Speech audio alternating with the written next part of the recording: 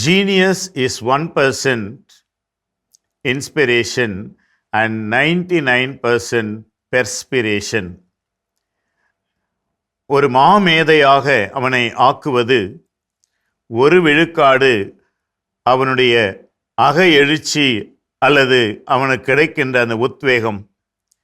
மீதி 99 விழுக்காடு அவன் வியர்வை கொட்டி மேற்கொள்ளுகின்ற கடின உழைப்பு. நண்பர்களே, தாமஸ் ஆல்வா எடிசனை பற்றி நமக்கு தெரியும். தொடக்க காலத்திலே அவர் சிறுபிள்ளையாக இருக்கும்போது அவருக்கு மூளை வளர்ச்சி இல்லை, படிக்க முடியாது என்றெல்லாம் ஒதுக்கப்பட்ட ஒரு மாணவர்.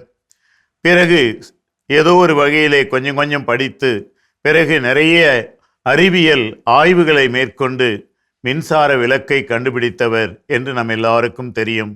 அவரது கண்டுபிடிப்பு இன்று உலகம் முழுவதற்கும் ஒளி கொடுத்து கொண்டிருக்கிறது. எப்படி இவர் ஒரு மாமேதையானார் என்றால், அவரது அறிவு அல்லது அவருக்கு கிடைத்த உத்வேகம் என்பதை விட திரும்ப திரும்ப திரும்ப பல முயற்சிகளை செய்து பல கடின உழைப்பை மேற்கொண்டு பல பயிற்சிகளிலே தோல்வியுற்று திரும்பவும் அவற்றை மேற்கொண்டு இப்படியாக அவர் சொல்வதை பாருங்களேன்.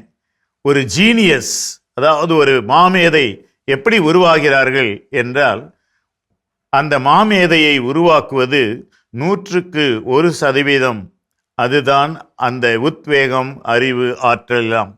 இப்போ மீதி 99 என்ன என்றால் பெர்ஸ்பிரேஷன், கடின உழைப்பு, தொடர் உழைப்பு.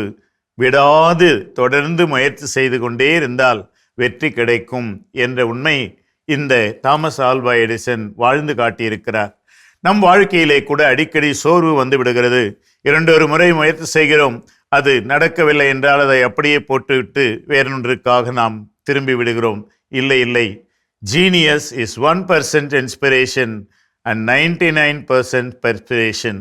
ஒருவரை மாமேதையாக்குவது 1 விழுக்காடு தான் அகவெழுச்சி, 99 விழுக்காடு கடின உழைப்பு.